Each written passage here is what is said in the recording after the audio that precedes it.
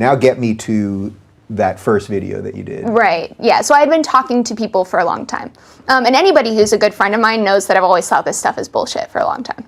Like, I vent to them and have had a lot of really bizarre experiences in feminist spaces that were just a lot to process. My friends, you know, they have been really supportive and like, yeah, this is weird. I don't know. I don't know what to tell you. Can you give me like a really solid example of that? Well, like in the video, I talked about how people have tried to physically intimidate me in person. People who are feminists, who I agree with on stuff. You know, maybe not 100%, but like 90 maybe. I don't know. And people who try to gang up on me, who threatened to rape me, who threatened to, you know, I had this group of people at it was like a group of trans activists folks who threatened to punch me in the face out when I was in a parking lot. And I'm just like, oh, that's my brain, what? I like can't, why? What did I do? Yeah, you know? Even though from everything I've seen of yours, I've never seen even the slightest amount of transphobia I or support, trans bigotry. I am all here for people who are trans. Like, seriously, I do not give a shit. I support them. I think society treats trans people like shit, you know, and I'm in that fight with them and always have been. I've advocated, you know, at the state and federal government level for trans rights and, you know, taught trans inclusive sex ed the entire time. I mean, it's weird. Yeah. So those types of things that have happened. So what was it that they were upset with you about? Like in that specific instance? In that specific instance, people continue to talk about a video that I made in the earlier days of YouTube, where I made a video to Chris Crocker. Mm-hmm. Do you know who that is? Yeah, I interviewed him on my old radio show. So I'm a big fan of Chris. Yeah. And always have been, like back in the Leave Britney Alone days or whatever. Because I just think he's such a character. He was one of the first sort of, he was made by the internet and also the first great victim of the internet in a way. Yeah, his story is super fascinating, but he's also sort of this like gender bending, you know, sexuality, just sort of a fluid, interesting person around that stuff. And I found that empowering, you know? And so I was a really big fan and I made this fan video to him. And at the time, Chris had called himself the T word. That's how he referred to himself. And so I used that word in the video, in a fan video, you know? Wait, the T word, so he called himself trans? Oh wait, did I just miss something? People are going to yell at me if I say it. Oh God, something just really went over my head there. The tranny. Tranny? Yeah. Well, you're just quoting something that someone said. I know, but people get really mad, But whisper it a little louder. They're going to try to slit my throat. I know, but can you just whisper it a little louder? I'll say it, and you know what? I'll take the heat on this one. Okay. You called Chris tranny because that's the word he was using about himself. I said he's my favorite.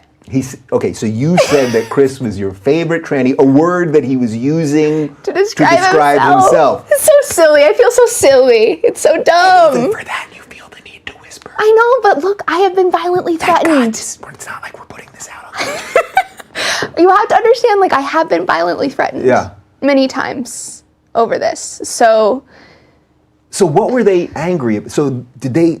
I mean, I know so much of this is why it's so about feelings and not about facts. Yeah. Like, was there, so you get they're angry at you because you've now used this word, even though you've shown, this is sort of like Bill Maher using the N-word, even though no one in their right mind would think he's a racist, and having to pay the price for that.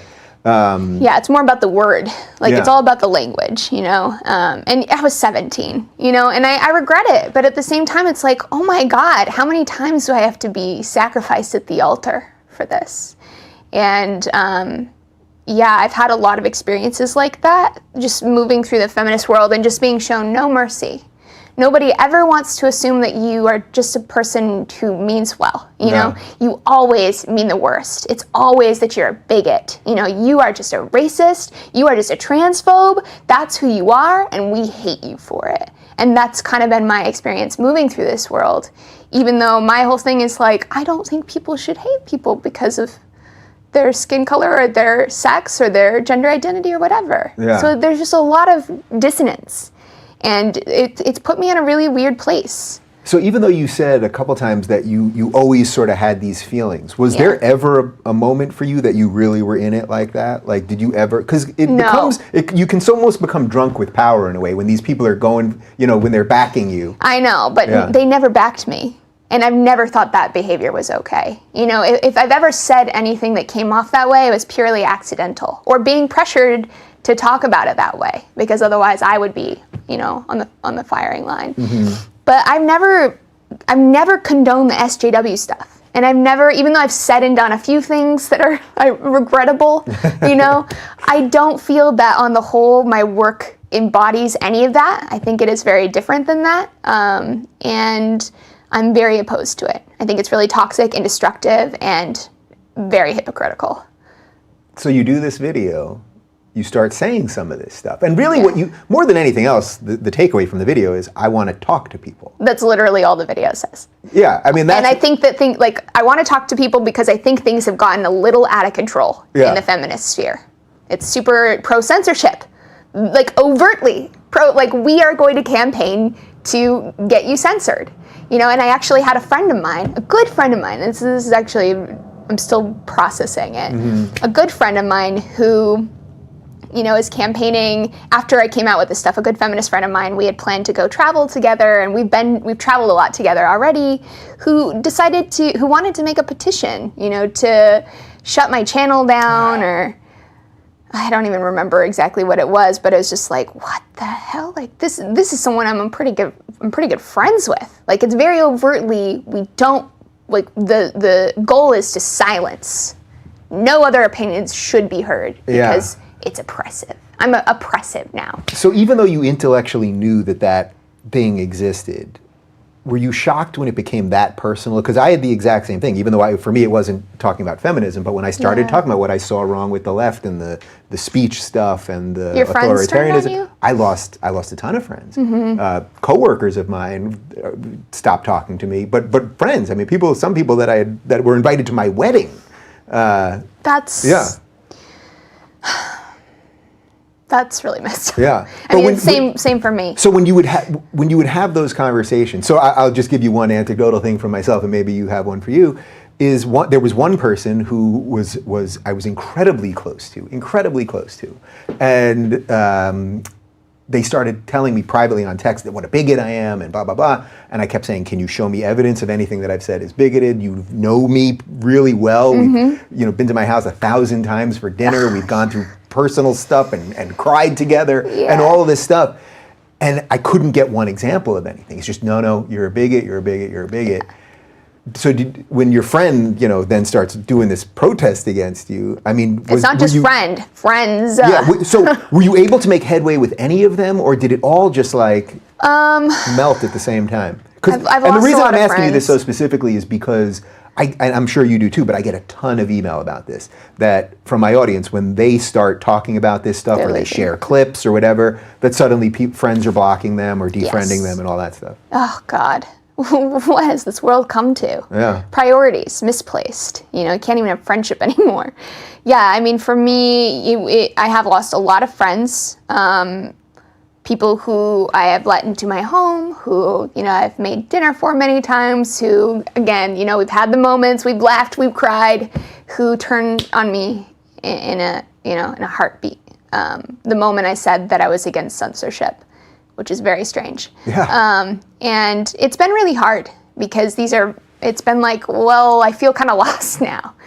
My community has turned on me in a sense. But maybe they were never my community to begin with. Like what I said before, I sort of, just by proximity and sort of being nudged in this direction, have, met all these people and built these relationships. And a lot of those relationships I felt like were kind of fake to begin with. Like, you always feel like you're being judged. That's kind of what I feel like hanging out with people who are super, super SJW feminist types. Yeah. It's like, you can't relax, you can't tell a joke, you're like worried that everyone's going to be offended all the time. It's just like a very, can we just calm down? You're just on that hairpin of I might say something wrong accidentally and then it's all over. Like, that's not a fun way to have a friendship. No, and it's so easy to say something wrong. It's such a bizarre, arbitrary high bar, and it's not a good precedent for friendships and relationships, and I never liked it, I never felt connected to those people. There was maybe only one